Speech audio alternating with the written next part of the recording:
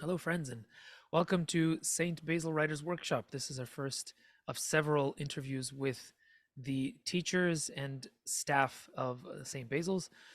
We want to introduce them to you all, if you don't know them already, get to know them better, and in the process, let you know a little bit more about the program and how much better it's going to be the second time around. So, um, I'm very happy to introduce Katherine Hyde.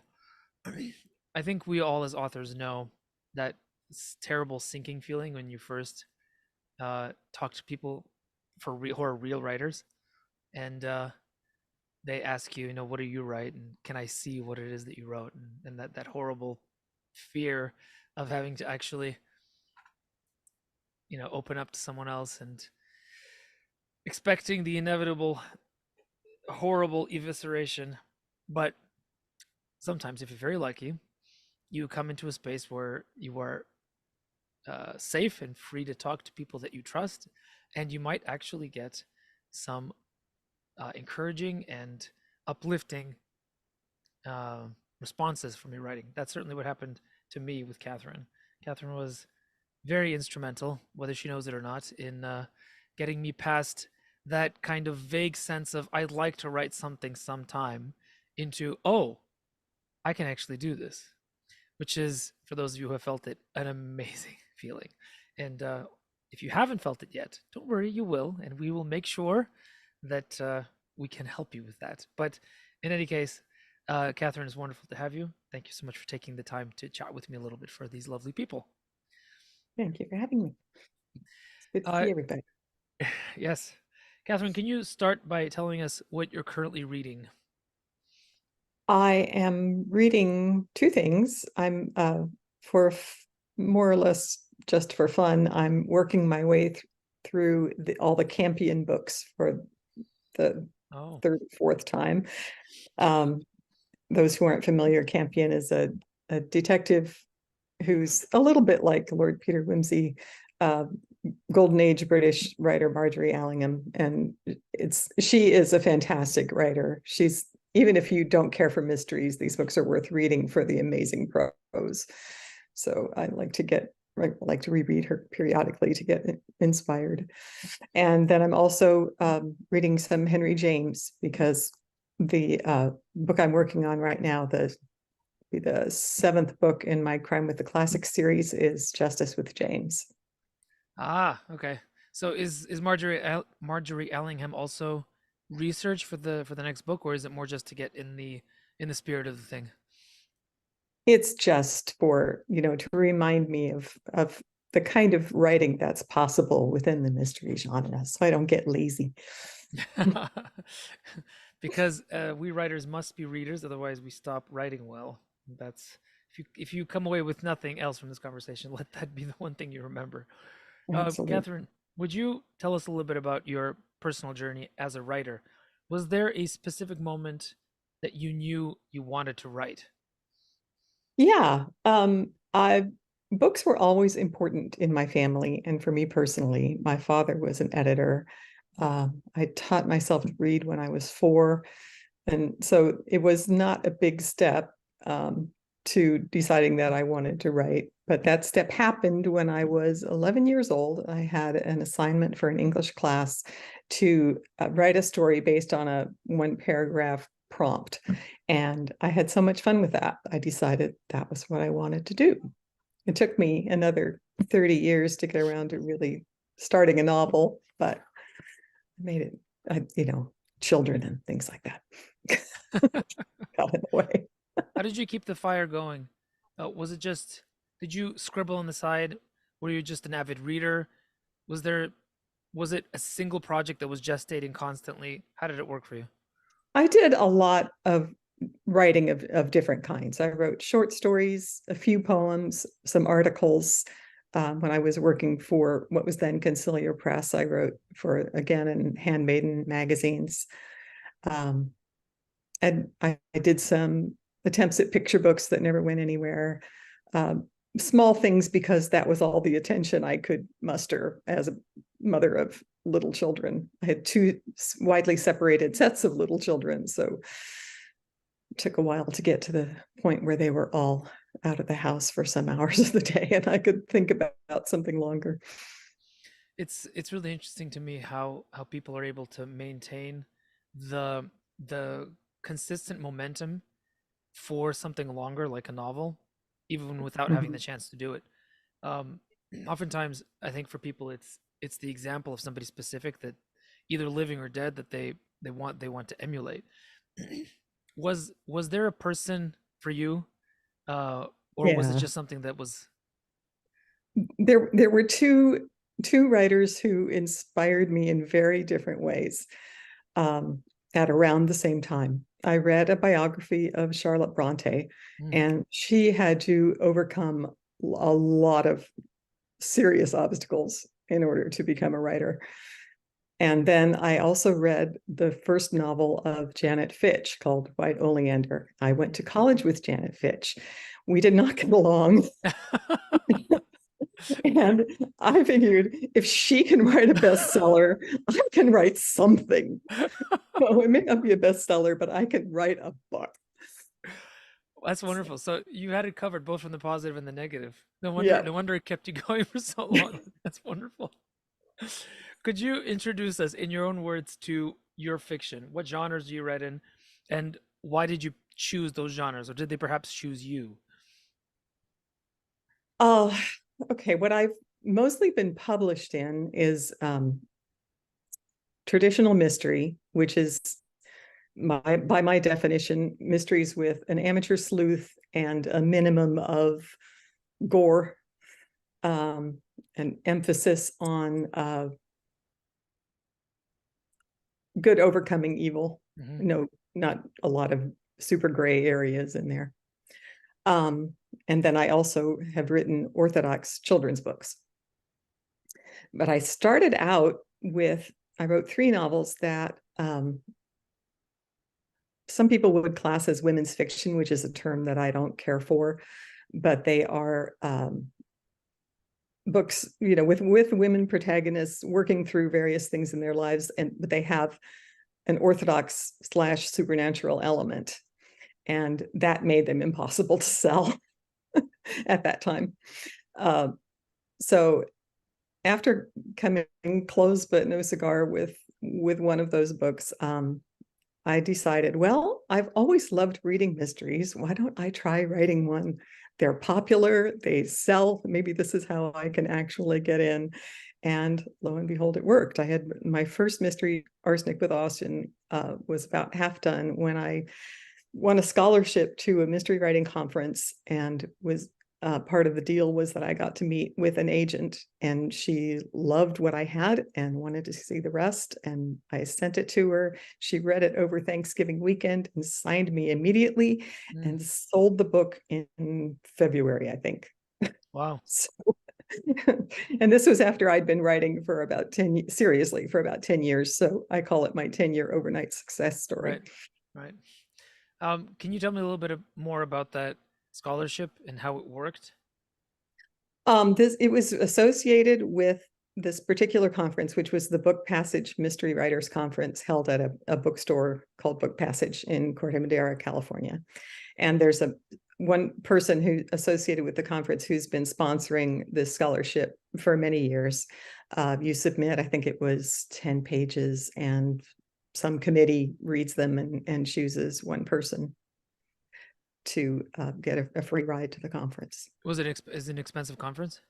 It's relatively expensive, and it's also expensive to stay there. Uh-huh. So Yeah. I could afford either the conference or the hotel, but not Right. both. Right. Right. And the meet and greet with the agent was part of the package. Um, I think that it's possible for other people to get that also. I It see. wasn't an exclusive thing, but I think I had like priority, Hmm. picking which agent I wanted to meet. And was this the kind of speed dating type thing that they do sometimes at these conferences, or was it a more substantive sit down It with the was agent? it was like a 20-30 minute Wow. meeting. They didn't Wow. do speed dating at this conference. Okay, that's really interesting. So, was this like um, I'm just curious because we're talking about this a lot in Mhm. inside the community, inside the online community, about how actually you can get signed by an agent as opposed to the the sort of stock the stock advice you get from all the books, which may or may not work. More often than not, what I find to be the case is not cold calling. It's these kinds of specialty situations where you're actually face to face with somebody and they can connect a work with a person as opposed to Mhm. just catching an interesting premise.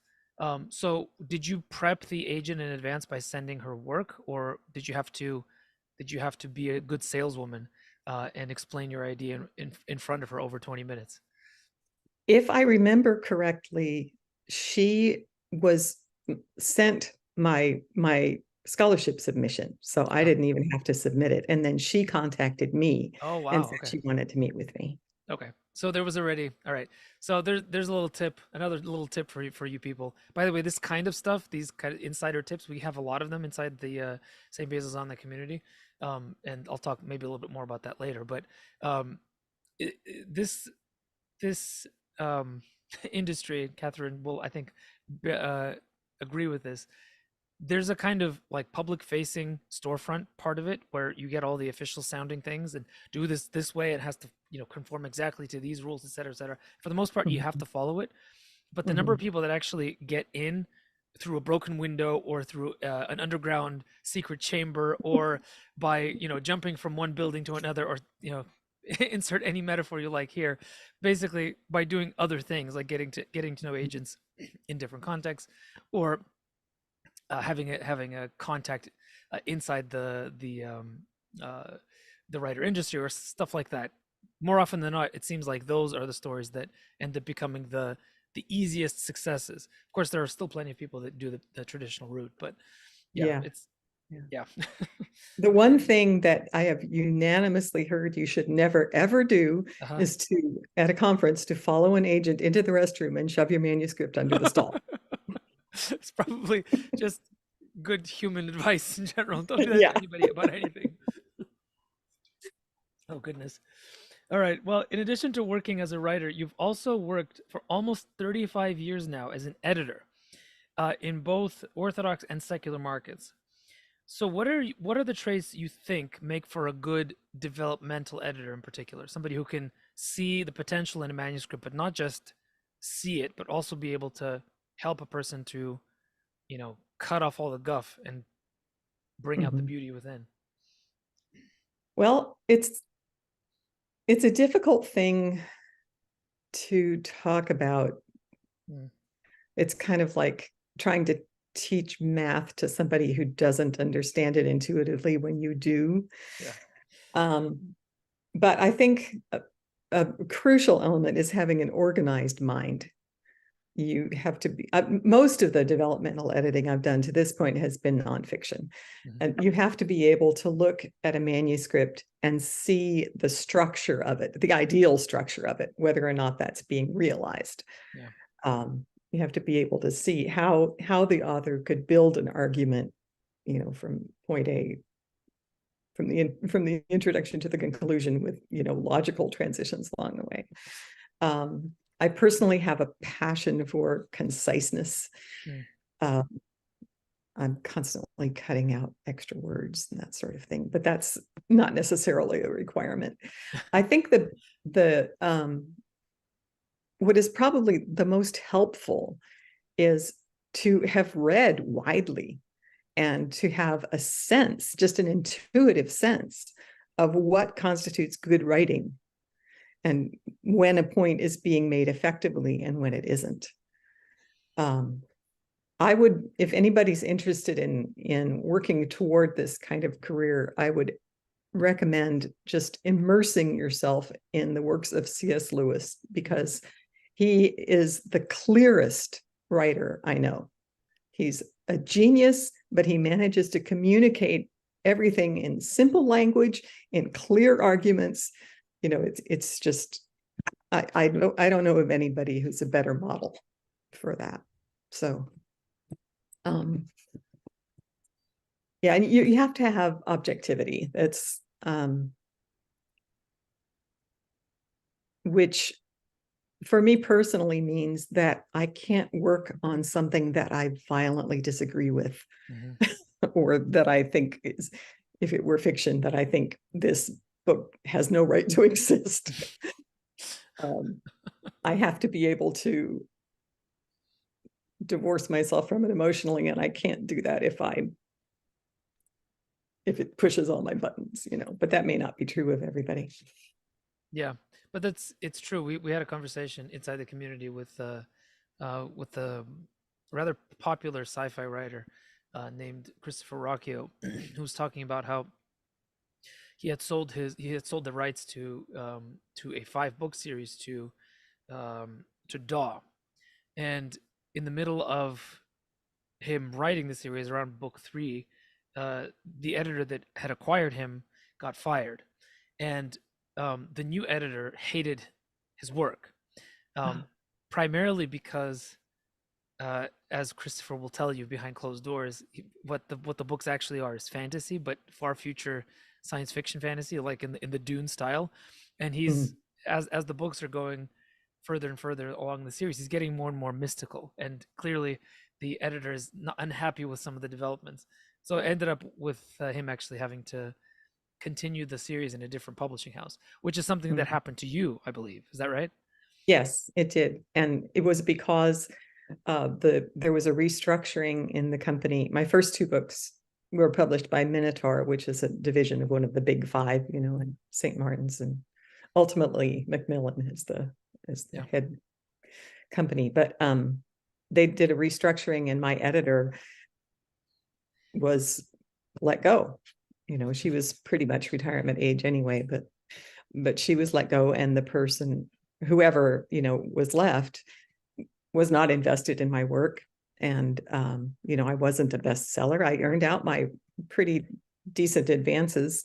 Hmm. So I felt like I had, some kind of claim on sticking around, but they weren't behind me. And so the series was dropped. I had to find a new home. But you ended up signing with a different publishing company. Yes.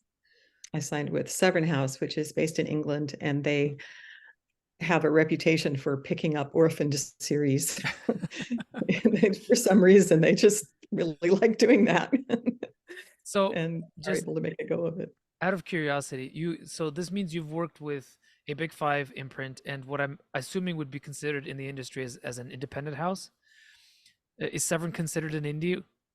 It isn't anymore. It Okay, is, it just recently has come under the umbrella of Canongate, which is a larger okay, company, okay. But but it was independent when I signed with them.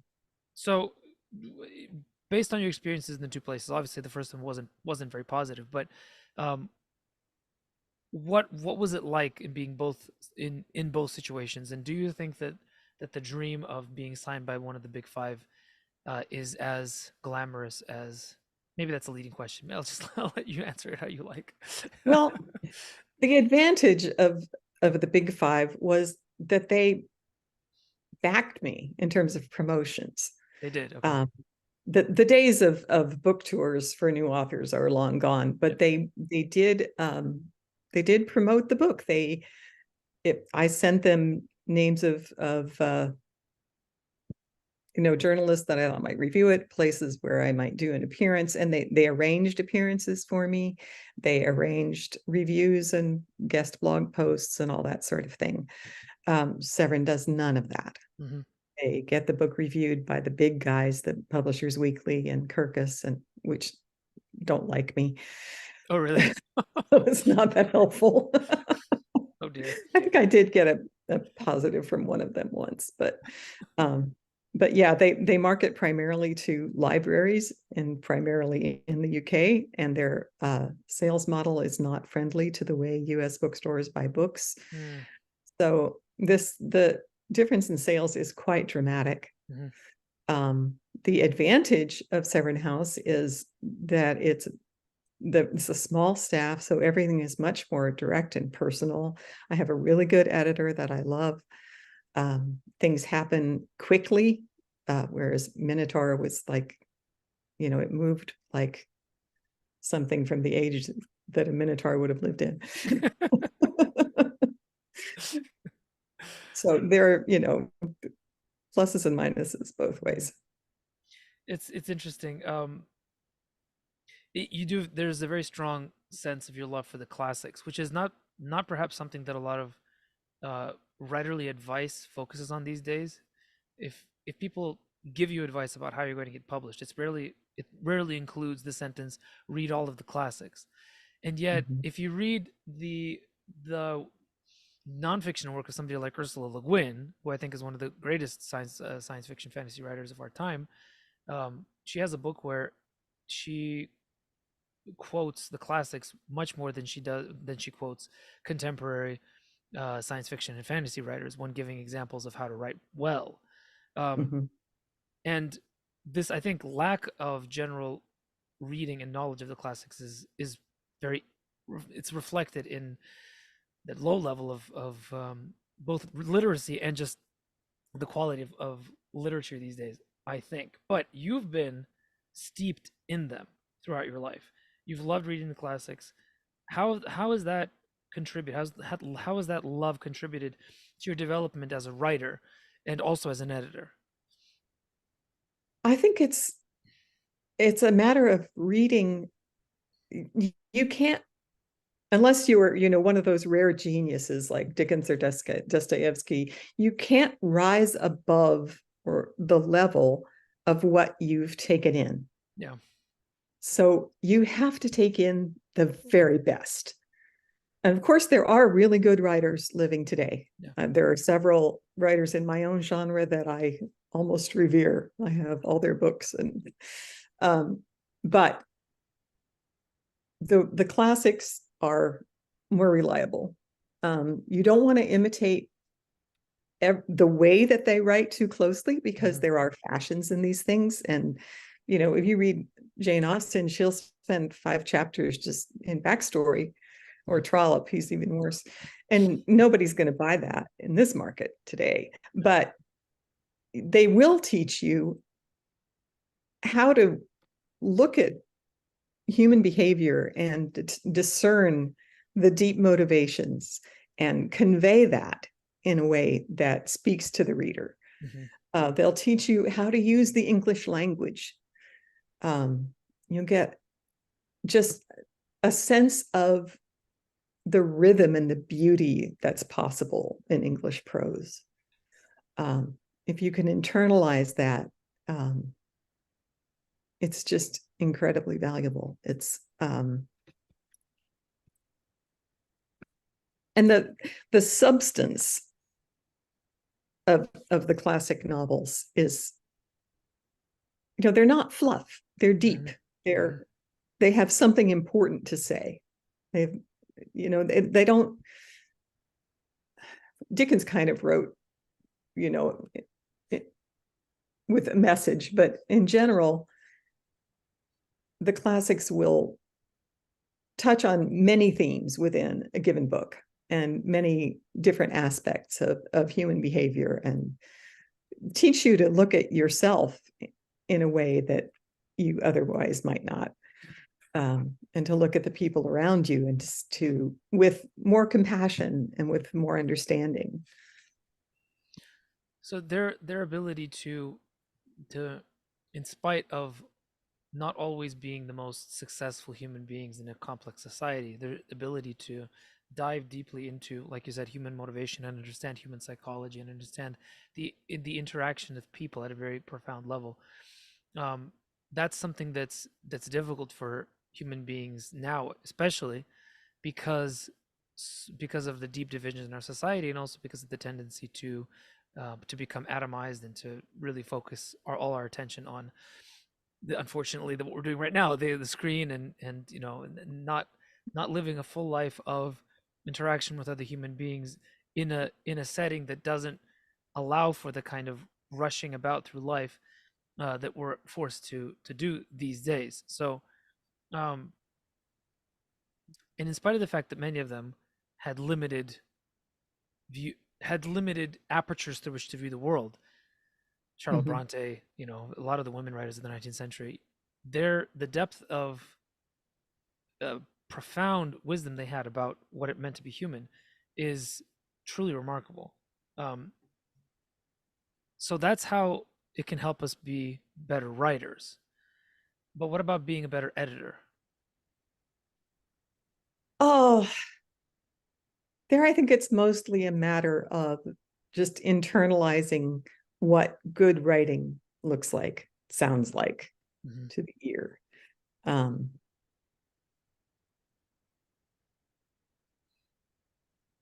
And that can be tough, right? Because, like you said, in the 19th century, there were conventions that don't work these days, and mhm, yet you'll read Jane Eyre and you'll stumble across a sentence that is about as concise and as witty and as brilliant and as subtle as anything written by anybody in the 21st century. mhm. So that's the trick then is to figure out which sentences are the ones you need to emulate. Any insight on that? Oh gosh. Uh,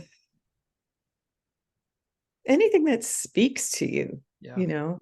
Um, and it's going to be different for different people. Not right. everybody thinks Jane Austen is the greatest writer that ever lived. I would actually put a few other people in that category along with her, um, but yeah, anything that speaks to you. If a sentence or a paragraph is weighed down by outworn conventions, then it probably won't speak to you. Hmm. If it's getting to the heart of the matter in a way that is timeless and universal, then it will speak to you. And that's something you can work with. What a lot of the best advice when it comes to understanding good writing involves that part of us that you can't analyze. It involves the heart, it involves intuition, it involves having a sense of something that kind of just comes out of nowhere that you can't really describe or explain away. And that frustrates some people. But I think what you're telling us is that you can develop this sense very, very clearly if you read the classics well. And I think you're echoing a point that a lot of writers would make, and C.S. Lewis would make that case again and again and again, I think. And so it's less about, I think, understanding the technical features of good writing, and it's more about immersing yourself in good writing so that it becomes a natural thing that you gravitate to, like you mentioned. Um, if you could teach only one essential writing skill, what would that be?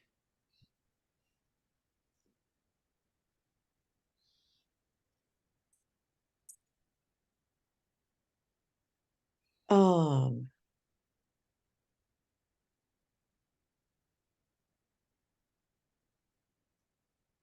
gosh. I think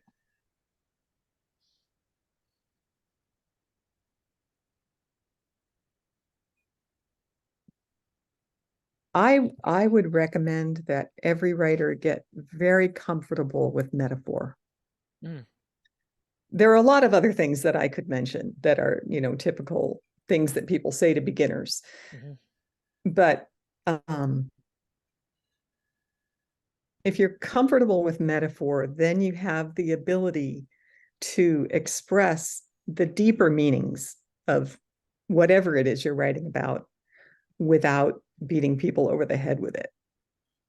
And I think that's if we're not striving for that, then what are we doing?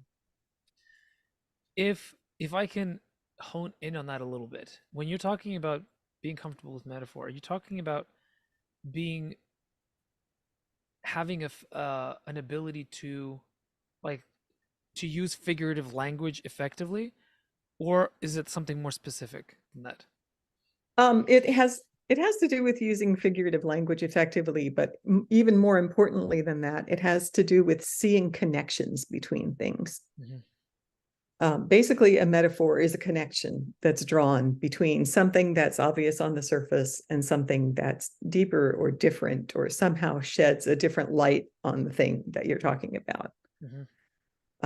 I did the Strengths Finder thing Yes. some years ago. Anybody's familiar with that? Yes. And one of my biggest strengths was connection. Okay. So Interesting. I think that's a really important one for a writer. And I think that's a very encouraging thing to say to new writers because, well, famously Jasper Fforde in one of his Thursday Next novels I don't know if you've ever read Just Before It. I think he's wonderful, but um, they're parodies on 19th century literature, but done in with a lot of taste. He made the comical observation. One of the characters did that the last original idea in fiction appeared in 1888, and I don't know why it was 1888, but it's just some random thing. But I think what you're saying is actually very encouraging to new writers. The originality thing is less important. What's interesting though is that, of course, if you are the kind of person that cultivates yourself as a human being, which means reading a lot, which means reading widely, which means reading well and carefully, then the metaphors that you come up with are not going to be hackneyed because they're going to be coming through a very unique vision of the world that comes from that can only come from you, from a single human being who has an experience like nobody else's. So I think that's a wonderful answer and a very encouraging one, I think, to new writers, that actually, yes, there is a way you can write something that's familiar and yet also fresh and also new, primarily because of your own personal ability of doing that thing, that metaphor thing. So I love that you said that. That's wonderful. What about self-editing? Is there an essential skill that you think every writer needs to have, even if they farm out their work to editors professionally? I think the most important thing is to get enough distance from your manuscript that you can see it objectively. Yeah. There are a lot of ways to do that, which I talk about in my course. Probably the most valuable one is just time. Hmm. You know, when you finish a draft, the temptation is to just jump right in and start revising it. But you really will accomplish much more if you put it away for a month or more, if you can possibly get yourself to do that. And then you'll come back to it and it won't. If you read something over too many times, it begins to feel like a fixed thing. You know, you read it as if it were already a published book and it Yeah. can't be changed. It doesn't need to be changed. Yeah. So you have to get enough distance that you don't see it that way. You see it as malleable and flawed and fixable. Yeah. Uh, is there, do you think that there might be a period of time where it's dangerous to wait? I'll just tell you from my own experience that with my busy schedule, sometimes I'll not finish a story, but I'll be in the middle of a story, and I'll have to put aside the manuscript for a while, a few months usually, not something like a week or a month, and I'll come back to it and I hate it with a violent passion, not because it's terrible, but because it's completely different from where I am right now, and I recognize its faults, but not on a technical level. I just hate the person who wrote that, and I want nothing to do with it. So, is there is there a recommended maximum that we should avoid when it comes to giving that distance? I think that probably varies from person to person and Yeah. from book to book. Mhm. Um, I know for myself, it is dangerous to leave something that I haven't even finished the first draft of. It's dangerous to leave it for more than a couple of weeks Mhm. because I just lose the flow. And then I have to go back and reread from the beginning. And every time you reread from the beginning, you get closer to that place where it feels unchangeable. Yeah. You know, so even if I don't hate it, and sometimes I do hate it, and sometimes I get to the where I left off and I think, well, I don't know where to go from here. You know, I left without a clear idea of how I was going to go forward, and I still don't have a clear idea of how to go forward. I have had I have abandoned books for that reason. Yeah. Well, let's shift our discussion a little bit and talk more specifically about St. Basil's now. When I first approached you, asking you to join the faculty, what was it that made you want to support the mission of St. Basil's?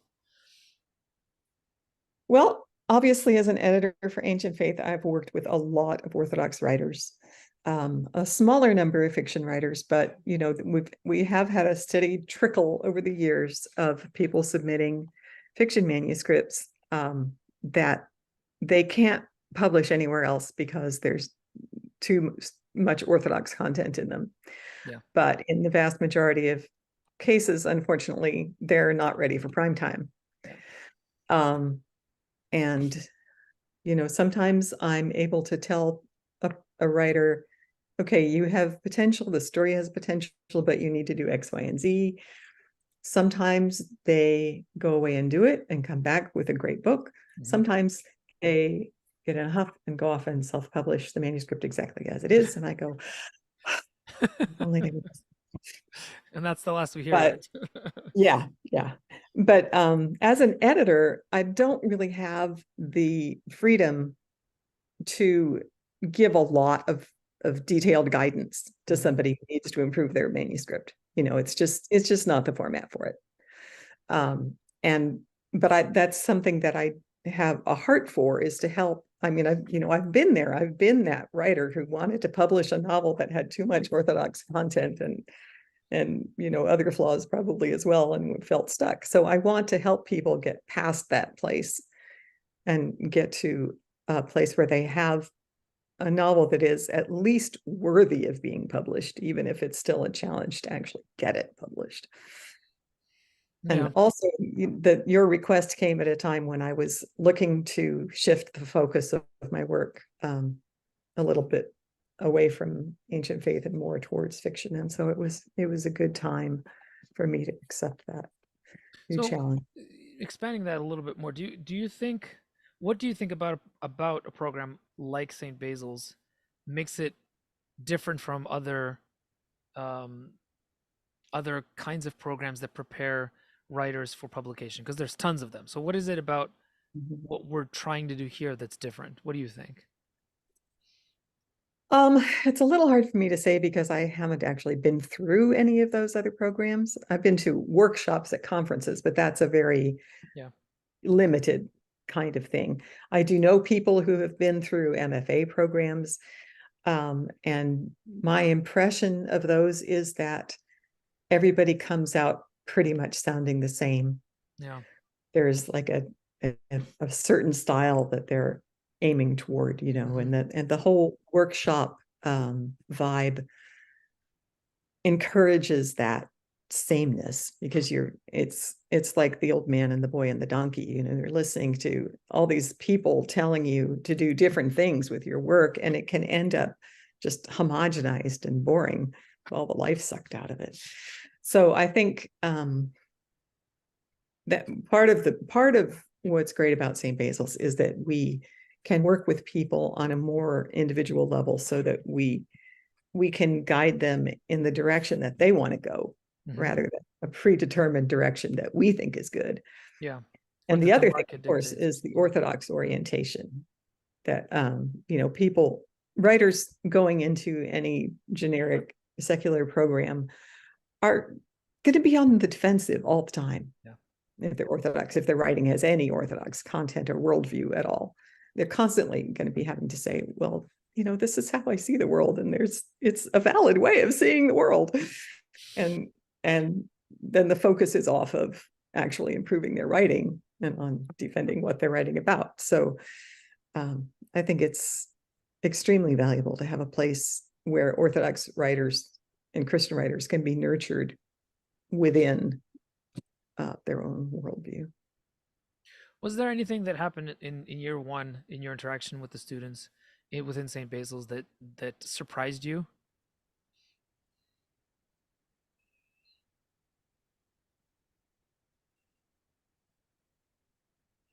I was a little surprised that only about half of the registered students participated at all.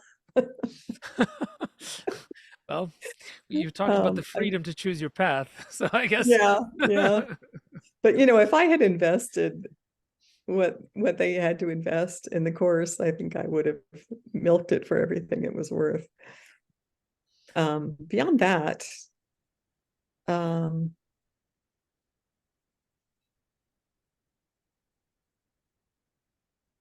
I guess it wasn't really surprising that there was a strong tendency toward fantasy writing, since given Yes. your own orientation Yes. and just in general, I think younger writers, that probably have preponderance of them, are pointed that way. Um, so it wasn't surprising. It was a little bit of an adjustment for me, since that's not my primary genre. You mentioned that one of the advantages of a program like St. Basil's is that it allows us to shepherd individual writers towards maybe more specific needs than than a more generic program would. Did you find in your interaction with the students that actually put in the work, um, did you find that you were able to take did you find that you were able to actually do that in a way that was satisfactory to you, in a way that perhaps you didn't have a chance to do in a place like Ancient Faith as the acquiring editor? Yeah, not, I think, um, I wasn't able to take it as far as I might like to. That's one reason I'm looking forward to offering the individual coaching, because we'll be able to go through, Yeah. an entire work or a big part of a work and really dig deeply and address whatever the issues are. Whereas within the class, it was just a matter of, reading small sections Hmm. before and after revision. And Sure. I do think I hope I was able to help people address some of the things that they needed to address, No, you did. but You it definitely wasn't. did, based on the feedback. So, but you already started to talk about the coaching program that you've recently opened. This is a one-on-one coaching program for prospective students, especially. The idea initially was to have it open for previous um, applicants to the same Basil program that didn't make it, but we're also considering opening it more widely. Can you tell us more about the program, who it's for, how it works, number of sessions, how to contact you, rates, things like that? Okay, since it is a baby program, it's somewhat flexible. Hmm. Um, my idea is that for each session, somebody would submit a chunk of work, maybe around 20 to 30 pages, that I would then evaluate, and we would meet and discuss that section. Um, and I hope that people will continue long enough to get through a whole novel or the bulk of novel, but I'm not setting any requirements about how long they have to continue.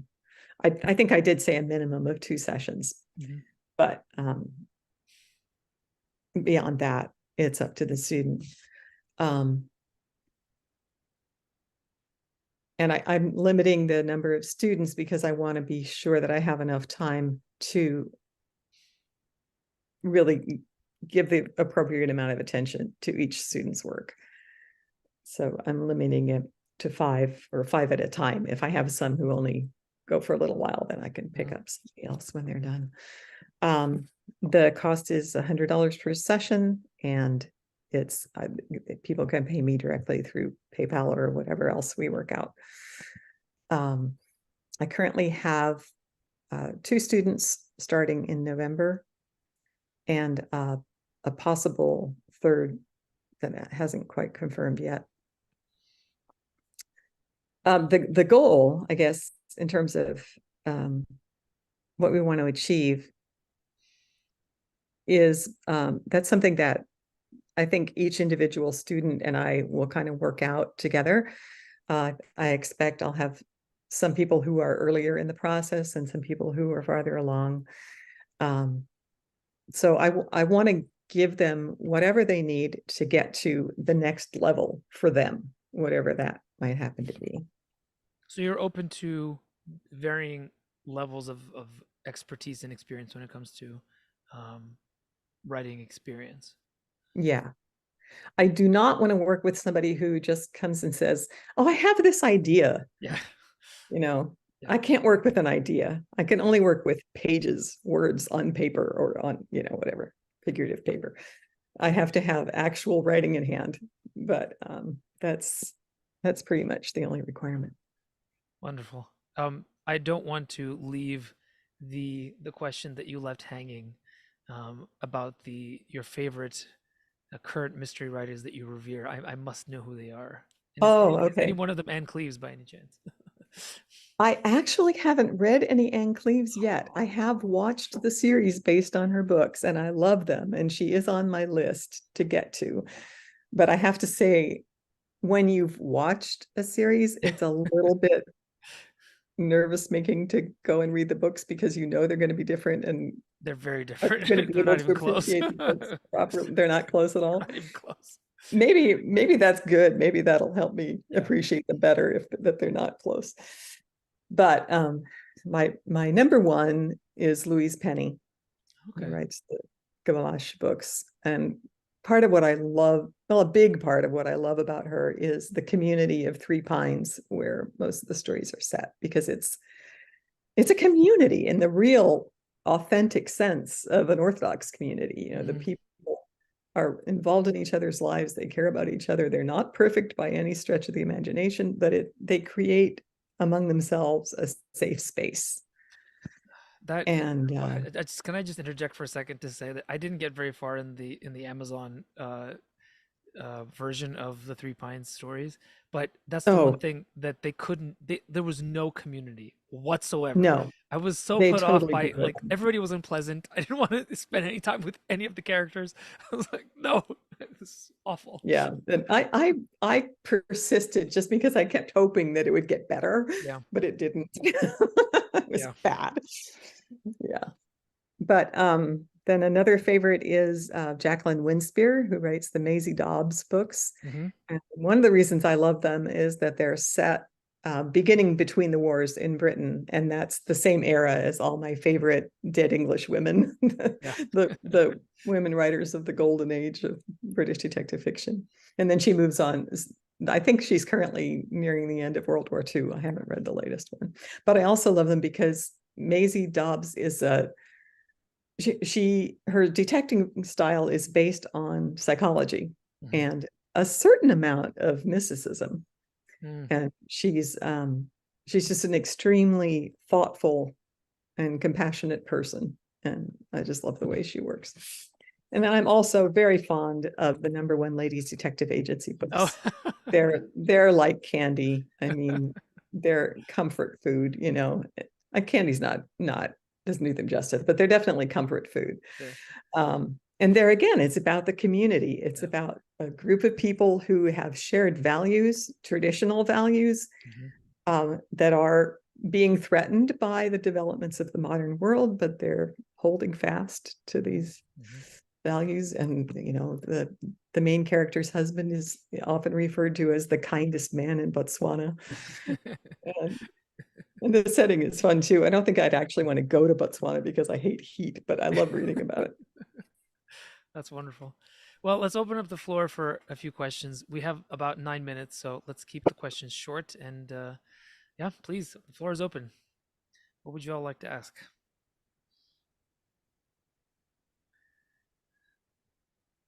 And Anna, if I missed something in the chat, let me know. Yeah, I've seen a few things fly by, but you Yeah, can't read that yeah, me neither. Feel and free. talk at the same time. All right. Yeah.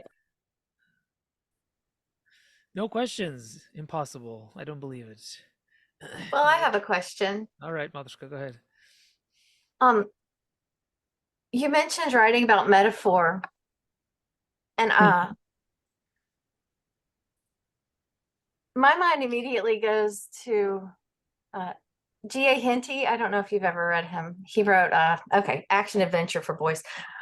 Uh, But he would have a whole chapter about a thing, like maybe a crocodile hunt, that didn't seem to do anything to further the plot, but was a complete metaphor for what the boy was going through at the mm, time. And so mm, that's what came to my mind when you said that. But then I also have in the back of my mind your comment about being concise. And there seems to me to be some tension there between having, like, building metaphorical things that have to do with maybe the character's motivation or struggle, but aren't driving the plot, and being mhm. concise. Could you further expand on that, please? Yeah. If you read my fiction, you might not say, "Oh, this is a person who really cares about being concise." It's something that applies a bit more directly to nonfiction, to omitting sort of circuitous ways of saying things. I hate sentences that begin with "there." I get rid of them if I possibly can. Or there's a sense in which I hate that, you know, that kind of thing. So I was thinking on more of a micro level. when I was talking about being Okay. concise. But it also applies on a larger level. You don't want to, well, talking about fiction, you need to trust your reader to get your points without them being too explicit, and without being repeated time and again. So that's an area where it's good to be concise. But that what you're talking about, a whole chapter that's a metaphor for something the character's going through, I've done that. I don't think that's a violation of the principle of being concise. It's if it contributes to some aspect of the story, whether it's plot or characterization or theme or whatever, then it has the right to exist in your manuscript. Thank you. Just chime in, people. You don't have to raise your hands or anything. Just start talking. You're all so nice.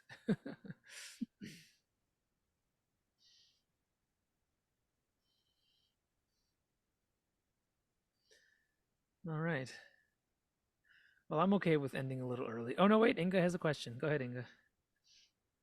The topic of the kind of like maybe abandoning an idea or abandoning it of books. At what point, like maybe do you notice it? And this is for Nicholas as well as Catherine. Like what kind of experiences have you had where you just kind of dropped an idea or dropped a story that you were working with for a while? I've had very different experiences with that. One, I started writing a novel that was loosely based on my mother's life. And my mother had a very hard life and was in many ways a victim. And I took the beginnings of that book to a workshop. And by some weird coincidence, all the participants in the workshop were women, and they were all writing about victims. And when the instructor caused us to come to terms with the fact that victims do not make good protagonists unless they somehow transcend their victimhood. You know, they have to be active. They have to assert themselves and overcome in some way, you know.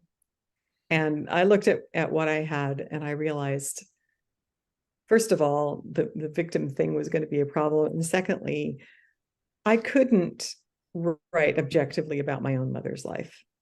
And I didn't want to just create some story that, you know, had the same setting or whatever, but wasn't really about her.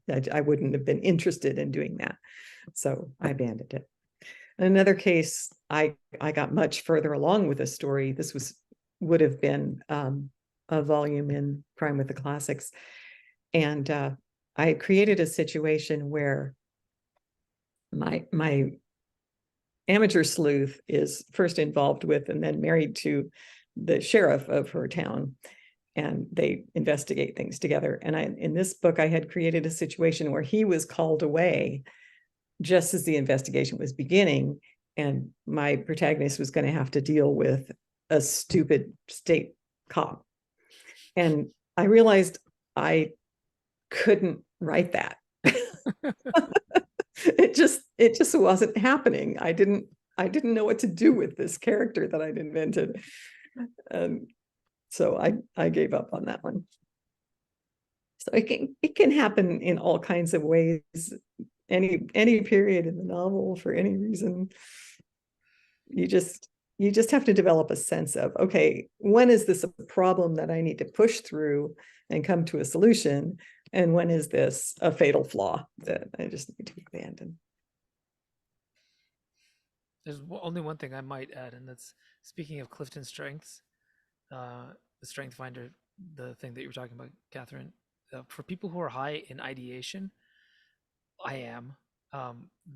There's some really good advice from people who know, like these are people who've studied the psychology of writers and can give pretty decent advice to people. So if you've ever taken Clifton Strengths and you're somebody who knows you're high in ideation, you owe it to yourself to finish all ideas that you have started, even if at the end of it it's garbage. Set it aside.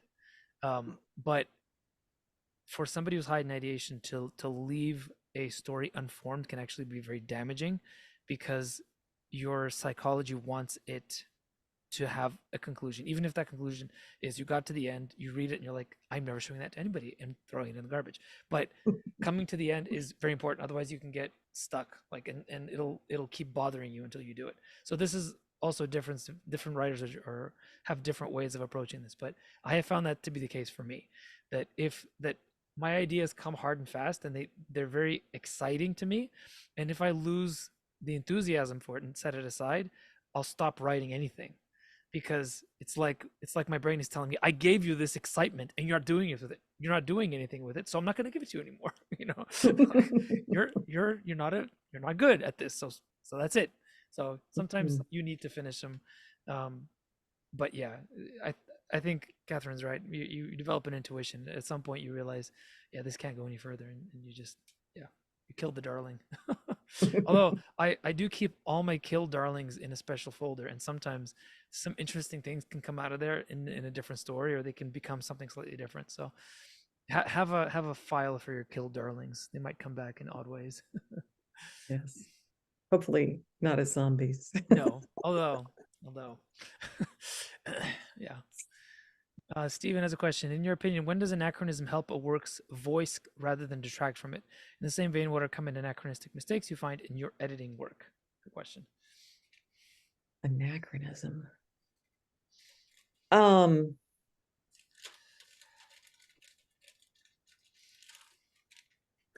The kind of anachronism I see most frequently is having characters speak in modern language using idioms that have only arisen within the last couple of decades, even though they're supposed to be from, a previous century.